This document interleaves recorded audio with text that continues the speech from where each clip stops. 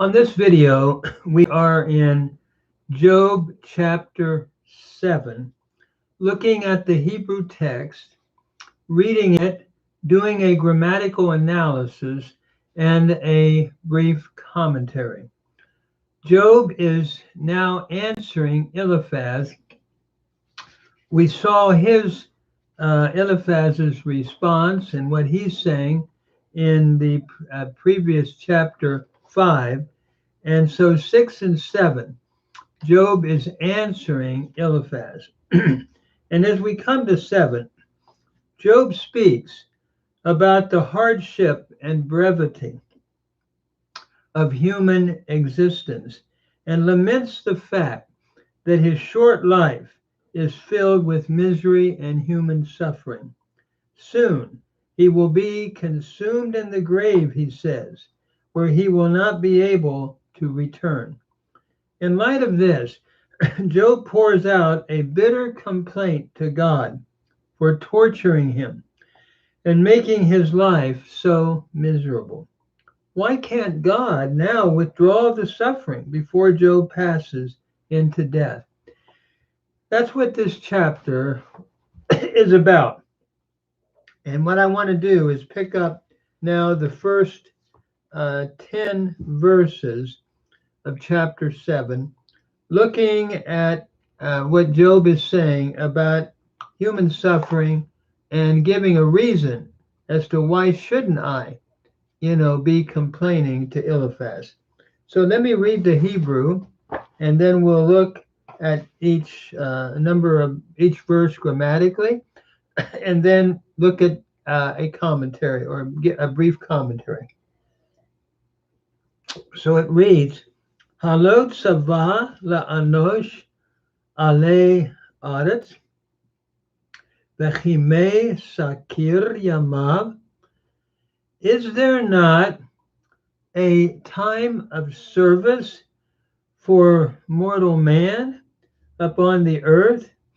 And as his day are not his days like the days of a harling, or as the days of a harling are not his days?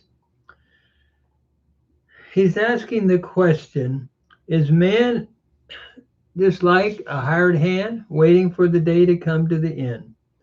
And so as we look at these two verses, notice Job now is comparing man's life on earth to that of a slave working in the heat of the day.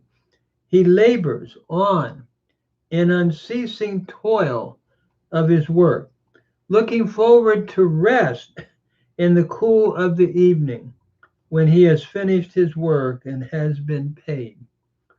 Thus, Job's life is now undergoing pressure and hardship, and he, like a slave, is looking for it to come to an end so he can rest from it. And he carries that on. This is what he's saying in verses 1 and 2. He carries that on in verse 2. Ke'eved yis'af tzel u'chesachir yekaveh fa'olo, as a servant eagerly looks forward to the shadow or the end of the day. So as a hireling looks and waits for his wages at the end of the day. That's the comparison Job is making to life. And notice here, Yis'af is from Sa'af. It means to pant after or to look eagerly after. It's the cow imperfect, third masculine singular from Sha'af.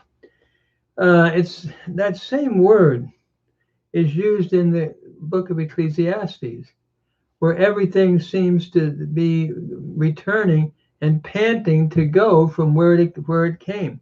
Interesting use of the verb here. So the servant is longing for the shadow, meaning for the sun to set and the end of the day and his work day to be over. And there's a hiring. Yekaveh afa ulo, as a hiring looks forward to his wages at the end of the day. Yekaveh is from kavah. It is a PL imperfect, third masculine singular from kavah. So again, he's likening his life. Short, hard, looking forward. It's similar to a servant looking forward to the end of the day, or a hireling looking forward to the end of the day to receive his wages. So he continues then to describe his situation. And so we read verse 3 and following, verses 3 and 4. Cain honhalti li yarhe shav, v'leilot amal minu li. So I have been caused to inherit or to possess months of vanity and nights of weariness. They are appointed for me. Notice honchalti is from nachal. It means like to inherit or to possess.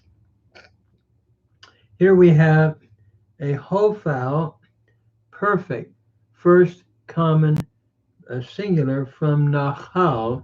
And so thus I am caused or made to possess months of vanity and nights of weariness. They are appointed for me. Minu is from mana, to appoint. It's a PL perfect, third common plural from mana. So nights of wearisome toil are appointed for me, he is saying. When I lie down, im shachafti va'amarti matai akum umidad arib v'savati nedudim ade nashek. When I lie down, I say, when will I arise? A shachafti is from the root shachav, to lie down or to lay down. It's the cow perfect first common singular from shachav. So when I lay down, I say, and then I say, amarti is the cow perfect first common singular from amar with a vav consecutive or a vav conversive. And I say, when shall I arise? Akum is the cow imperfect first common singular from kum. And then he continues, umidad arav. We could say the night, the arav, is extended or is measured to be long. Seems like the night is very long, is what he's saying. And he's going to have tossings in his sleep. Notice midad here is from the root to extend or to make long, madad. It is a PL, a perfect, third masculine singular. So the night is extended, sort of like you wake up and it's only 3 in the morning and you toss back and forth till the daytime. This is the idea that he's communicating.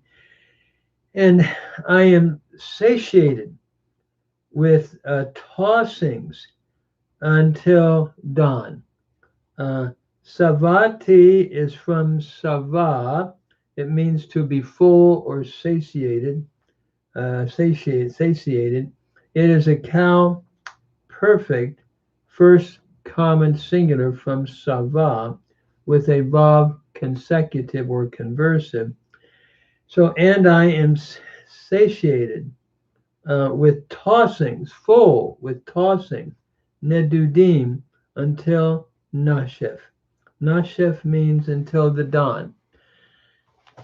So as we look at these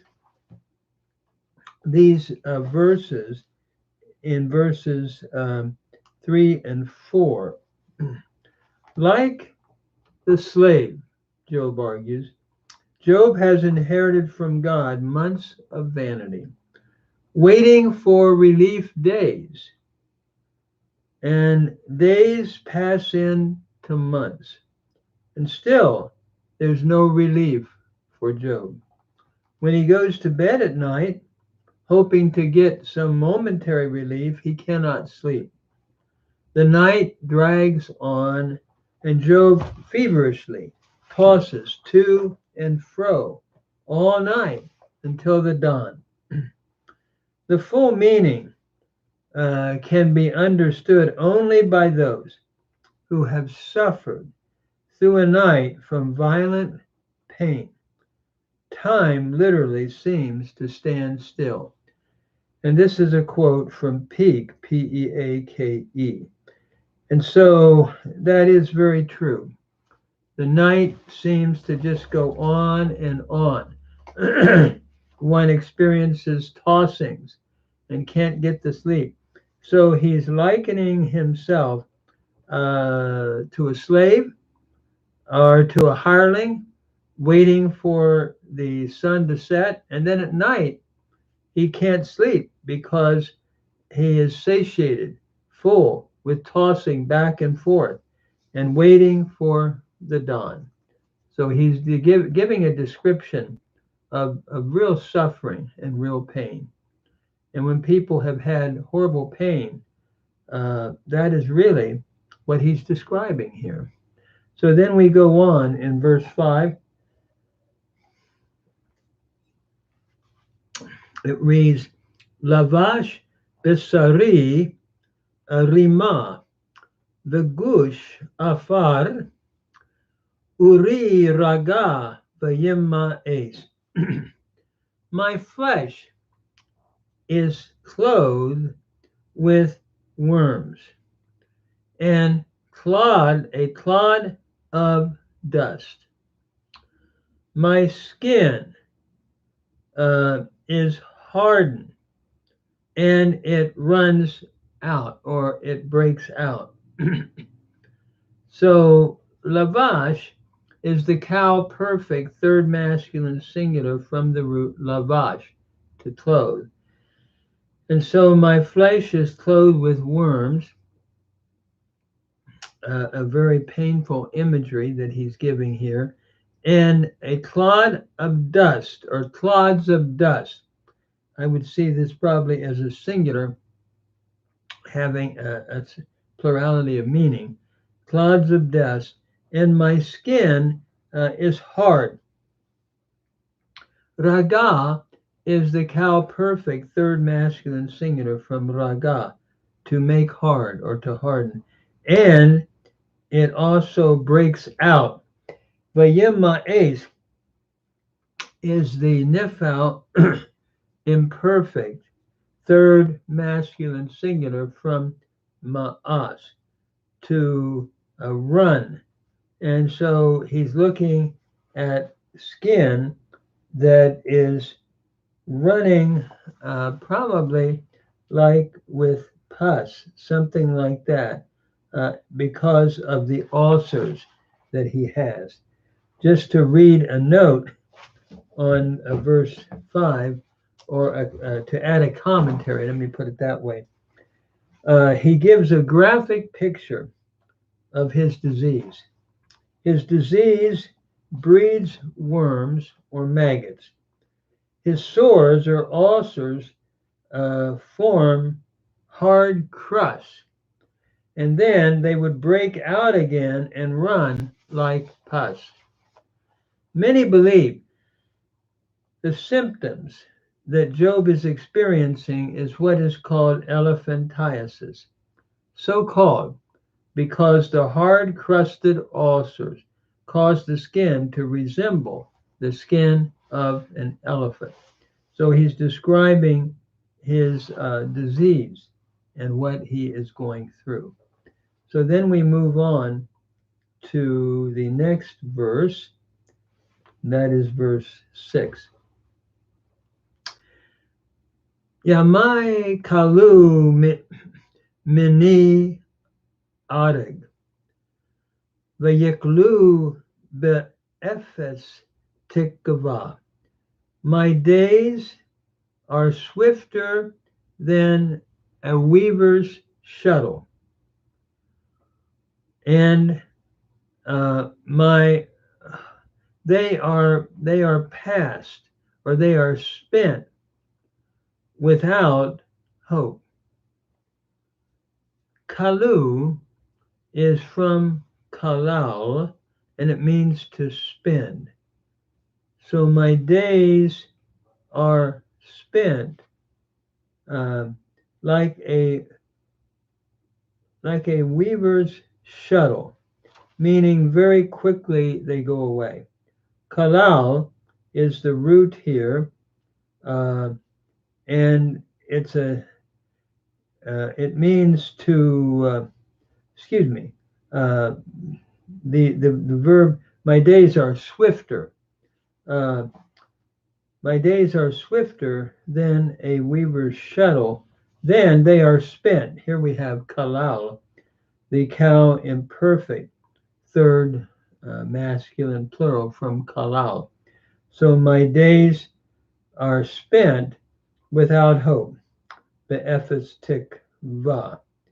And so they're swifter. They're going faster than a weaver's shuttle. The imagery here is interesting. A sewing loom is seen here, soon uses up its thread at that time. So the thought is, Job's life is like that. It passes quickly, like thread used in a loom until there is no more thread. So Job seems to be saying to God, my days are short enough as it is. They are soon gone. So why do I have to suffer so miserably on top of it? That seems to be what Job is saying, as he is addressing God and also what Eliphaz has said. And so then we go on to the next verse, verse 7. Zachor ki ruach hayai lo tashuv eini lerot tov. Remember that my life is like the wind, like breath, and my eye shall not return to see good. He's looking at the brevity of life, and that once he dies, he's saying, I won't come back. Notice Zahar is the root here, and oh, remember, we have a cow imperative, masculine singular from Zahar. So, Zahor, remember that my life is like the wind, or like a breath, like a vapor. The book of James writes a similar thought. When in James, one is saying, I'm going to go out and do this and do that. And he says, what is our life? It's like a vapor that appears for a little while and vanishes away. The same thought here. And he says, my eye will not return. Tashu is from shu. It's the cow imperfect, third feminine singular from shu. Will not return to see good. Lerot is your cow infinitive construct from ra'ah. So in verse 7, he's saying, remember, Job is pleading with God. My life is only breath. It is transient and soon extinguished. I cannot enjoy earthly prosperity and happiness after that. So help me now to have some of that. By the way, this is a quote or this, I should say, there's similar reference to this idea in the prophet Isaiah 38:11 and in Kohelet, Ecclesiastes 11, verse 7. Then we come on to verse 8. Lo teshuvenu, excuse me, lo teshurenu ein roi, enecha vi ve'enena. That is, the eye of the one who sees me shall not gaze upon me anymore, or shall not see me anymore. Your eyes, speaking, while your eyes are upon me, speaking of God, I believe, I am not the enenu. In other words, you're not going to see me long because life is so short. Seems to be the thought here. So we have lo teshureni is from shur, to see. The eye of the one who sees me will not continue to see me. So we have the cow imperfect, third feminine singular from shur, followed by the pronominal suffix, first common singular. And so the eye of the one who's seeing me, roi, is from ra'ah. It's the cow participle, masculine singular from ra'ah, the lamed hey root here. So the eye of him who sees me shall not see me anymore. Your eye, speaking of God here, no doubt, your eye, or your eyes, I should say, are upon me and I'm gone. In other words, it won't be long, he's saying to God. So please help me. Soon Job is saying he will be dead. He will die. Those who now see him will see him no more. Even God will not be able to show him kindness or see him, for Job will be no longer around. That is his thought. So then we come to verses 9 and 10. Kala anan vayelek, kain yored sha'ol lo ya'aleh. That is, as a cloud is consumed and passes away or goes away, so the one who goes down to Sheol shall come up no more. Here we have kala, the to pass away or to be consumed. So as a cloud is consumed and it passes away. Vayelek is from halak, and the hay is dropped out. It's the cow imperfect, third masculine singular from halak. Thus, the one who goes down to Sheol shall come up no more. Yored is from yarad. To go down, we have a cow participle, nominative masculine singular from yarad. Thus, the one who goes down to Sheol, Sheol being the underworld at that time, or the thought of going down to the underworld, shall not come up. From Allah, a cow imperfect, third masculine singular. So as we look at verse 9, and then we also have verse 10, let me connect the two because I think the two go together in the book of Job here. So as we come to then verse 10, it reads, Lo yashuv od leveto, velo yakirenu od mekomo. That is, he shall not return again to his house, neither shall his place know him, or cause to know him anymore. So know him anymore. Yashuv is the cow imperfect, third masculine singular from shuv, to return. So he will no longer return to his house, neither uh, shall his place know him anymore. Yakiru is from the root nakar. It's a pay noon verb where the noon has assimilated into the kaf here. Yan ki renu becoming yaki renu with the doubling of the kaf by progressive assimilation. And here we have the AI vowel pattern. So we're looking at a Hifil stem, third masculine singular from nakar. So his place will not know him, and N is a hinge, and who is your pronominal suffix, third masculine singular, where the hay has gone back into the noon, and by retrogression, we have assimilation into the noon, where the hay has, by reverse, can we say, assimilation, has gone into the noon, causing the doggy's forte, or the doubling.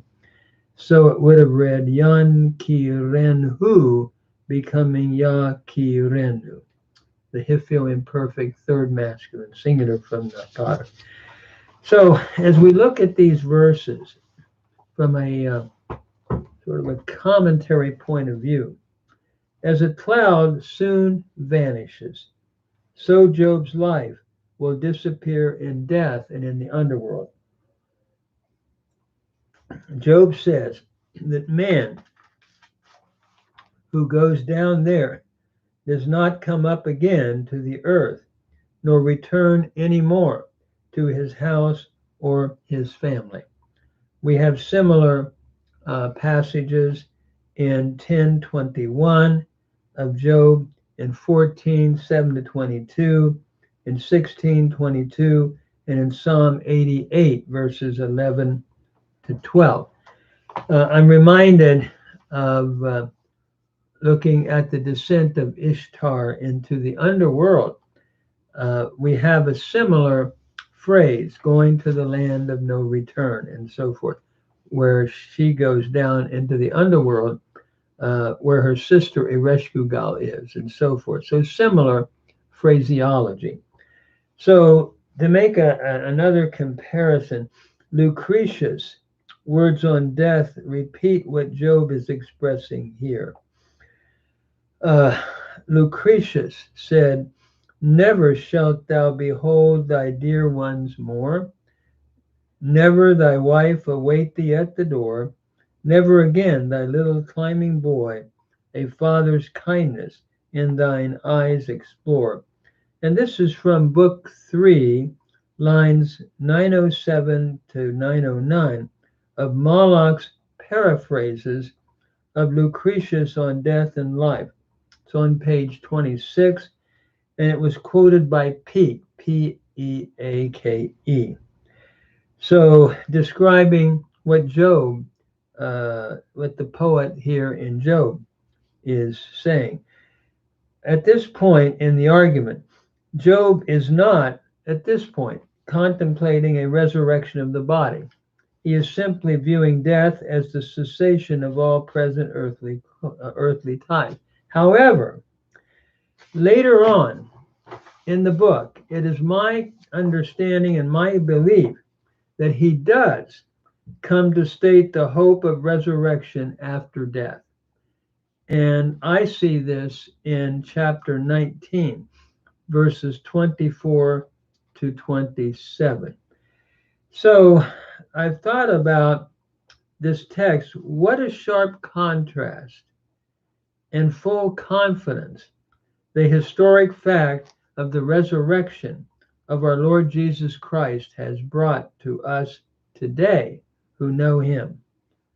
What a contrast when I read the New Testament of the historical reality of the resurrection.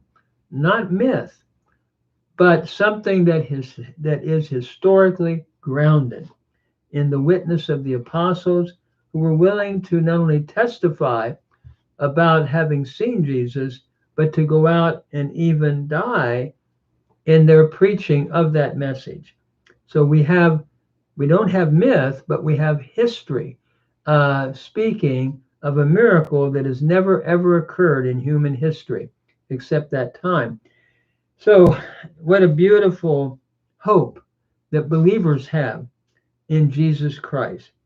It was with this in mind, I believe, that the writer of Hebrews beautifully said, therefore, I'm quoting from the book of Hebrews, therefore, since the children partook of flesh and blood, he also, speaking of Christ, likewise partook of the same, in order that through death he might render inoperative the one who has the power of death, that is, the devil, and that he might reconcile them as many as were continually subjects in servitude to the fear of death all of their lives.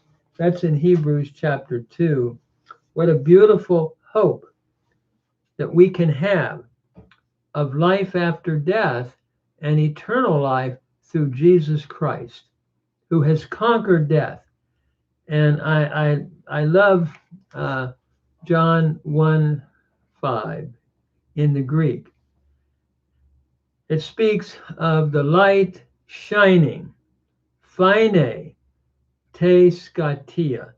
The light is shining in the darkness, and the darkness could not put it out. The darkness could not only comprehend it, but could not overcome it. Double meaning, I believe, in the Greek there of katalambano. So what a hope that we can have through our faith in Jesus Christ, that he is alive and that he has conquered death. I'm going to stop here and we'll continue on in Job.